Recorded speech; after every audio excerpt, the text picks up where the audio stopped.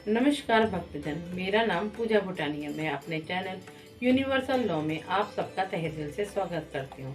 भक्तजन, क्या आप जानते हैं कि गणेश जी की पूजा में तुलसी क्यों नहीं चढ़ाई जाती और श्री गणेश भगवान जी के कितने विवाह हुए थे? तो चलिए भक्तजन, मैं आपको इसके पीछे की कहानी सुनाती हूँ। एक दिन की बात है, श्री गणेश जी महाराज गंगा के तट पर तपस्या में लीन थे। तभी वहाँ देवी तुलसी गुजरी, जो अपने लिए वर की तलाश में निकली हुई थी। गंगा के तट पर श्री गणेश जी को तपस्या करते देखकर वे उनके सुंदर स्वरूप पर मोहित हो गईं। गणेश जी का सुंदर बदन, चंदन लगा हुआ और पीला वस्त्र धारण किया हुआ देखकर श्री तुलसी उन पर मोहित हो गईं। श्री तुलसी के मोहित होने पर श्री गणेश जी की तपस्या भंग हो गई। जब श्री गणेश जी तपस्या से उठे तो श्री तुलसी जी ने उनके आगे अपने विवाह का प्रस्ताव रखा।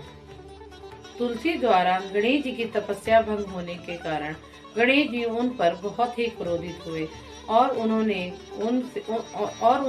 तुलसी जी के साथ विवाह करने से इनकार कर दिया और उन्होंने कहा, मैं ब्रह्मचर्य का ही पालन करूंगा, परंतु तुमसे विवाह नहीं करूंगा। गणेश जी के मुख से ऐसे वचनों को सुनकर तो श्री तुलसी जी अति ही निराश हुई और क्रोध में भरकर श्री गणेश जी को श्राप दे दिया। उनका ब्रह्मचर्य टूट जाएगा और उनके 2 विवाह होंगे। तब इस श्राप को सुनकर श्री गणेश जी ने भी क्रोधित होकर श्री तुलसी जी को श्राप दे दिया कि उनका विवाह एक राक्षस के साथ होगा। गणेश जी के मुख से श्राप को सुनकर तुलसी जी बहुत ही निराश हो गईं। उन्होंने श्री गणेश जी महाराज से माफी मांगी। इस पर श्री गणेश जी ने कहा, वैसे तो उनका विवाह शंखचूड़ नामक राक्षस से होगा, परंतु फिर भी विष्णु और श्री कृष्ण जी की पूजा विधि विधान में तुलसी का प्रयोग होगा और महत्व होगा, परंतु मेरी किसी भी पूजा विधि विधान में तुलसी का प्रयोग नहीं होगा। तो भक्तों, इसीलिए श्री गणेश जी की पूजा में तुलसी पत्र को नहीं चढ़ाया जाता। तो भक्तजन, इस कथा के माध्यम से आप सबको ये तो पता चल गया होगा कि श्री गणेश जी की पूजा में तुलसी का प्रयोग क्यों नहीं किया जाता। तो भक्तजन, अब हम जानते हैं कि जो श्री तुलसी जी ने श्री गणेश जी को श्राप दिया था उसका क्या हुआ। तो भक्तजन, पहले हम ये जानते हैं कि श्री गणेश जी ब्रह्मचर्य का पालन क्यों करने लगे थे।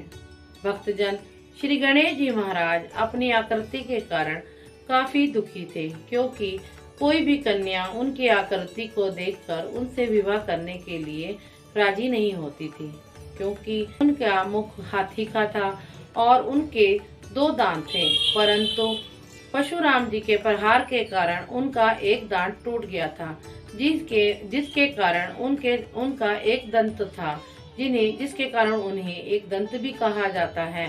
परंतु एक दांत टूटा होने के कारण उनकी मुख की सुंदरता कम हो गई थी और उनका पेट भी बहुत निकला हुआ था, जिसके कारण कोई भी कन्या उनके साथ विवाह करने के लिए तैयार नहीं होती थी। इससे गणेश जी महाराज बहुत ही दुखी हुए और उन्होंने ब्रह्मचर्य का पालन करने का विचार बनाया। जब श्री गणेश जी महाराज किसी भी देवी देवता के विवाह में जाते तो उन्हें बहुत ही शर्मिंदगी होती। इस बात से श्री गणेश जी महाराज बहुत ही निराश थे, क्योंकि कोई भी कन्या उनके साथ विवाह करने को तैयार नहीं थी। इसीलिए किसी भी देवी देवता का जब विवाह के बारे में जब वो सुनते थे तो वे निराश हो जाते थे और चिढ़ में उनका विवाह तोड़ने का प्रयास करने लगते थे। इसमें उनका वाहन मूषक भी उनका साथ देता था। जब श्री गणेश जी महाराज ने अन्य देवी देवताओं के विवाह में विघ्न उत्पन्न करने शुरू किए तो इससे सभी देवी देवता बहुत ही चिंतित हुए और उन्हें कोई उपाय न समझ आया। तभी वह सब मिलकर शिव जी और पार्वती जी के पास गए और अपनी सारी समस्या के बारे में बताया, परंतु शिव जी और पार्वती जी के पास भी इस समस्या का कोई समाधान नहीं था। तब शिव जी ने कहा कि इसका उपाय केवल ब्रह्मा जी ही बता सकते हैं। तभी सभी देवी देवता मिलकर श्री ब्रह्मा जी के पास गए।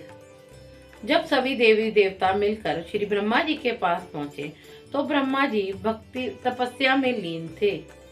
जब श्री ब्रह्मा जी तपस्या से उठे तो सभी देवी देवताओं ने अपनी समस्या श्री ब्रह्मा जी के आगे रखी। तब श्री ब्रह्मा जी ने अपने ज्ञान और बुद्धि से एक उपाय सूझा। तब इस समस्या के निदान के लिए श्री ब्रह्मा जी ने अपने तप और बल से रिद्धि और सिद्धि नाम की 2 कन्याओं की उत्पत्ति की।